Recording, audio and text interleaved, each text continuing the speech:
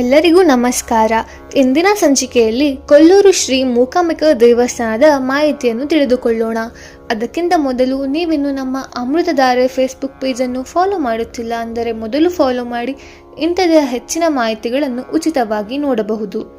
ಕೊಲ್ಲೂರು ಶ್ರೀ ಮೂಕಾಂಬಿಕಾ ದೇವಸ್ಥಾನವು ಕರ್ನಾಟಕದ ಉಡುಪಿ ಜಿಲ್ಲೆಯ ಬೈಂದೂರು ತಾಲೂಕಿನ ಕೊಲ್ಲೂರು ಗ್ರಾಮದಲ್ಲಿ ಪಶ್ಚಿಮ ಘಟ್ಟಗಳ ಸುಂದರ ಪರಿಸರದಲ್ಲಿರುವ ಪ್ರಸಿದ್ಧ ಶಕ್ತಿಪೀಠವಾಗಿದೆ.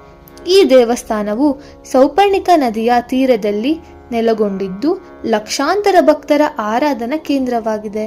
ಇಲ್ಲಿ ಆರಾಧಿಸಲ್ಪಡುವ ಶ್ರೀ ಮೂಕಾಂಬಿಕಾ ದೇವಿಯು ಶಕ್ತಿ, ಲಕ್ಷ್ಮಿ ಮತ್ತು ಸರಸ್ವತಿ ದೇವಿಯರ ತ್ರಿವೇಣಿ ಸ್ವರೂಪವೆಂದು ನಂಬಲಾಗುತ್ತದೆ.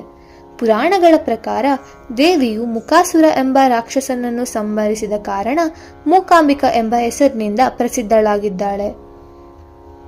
ಆದಿಶಂಕರಾಚಾರ್ಯರು ಈ ಕ್ಷೇತ್ರಕ್ಕೆ ಭೇಟಿ ನೀಡಿ ದೇವಿಯ ವಿಗ್ರಹವನ್ನು ಪ್ರತಿಷ್ಠಾಪನೆ ಮಾಡಿದ್ದಾರೆ ಎಂಬ ನಂಬಿಕೆಯಿದೆ.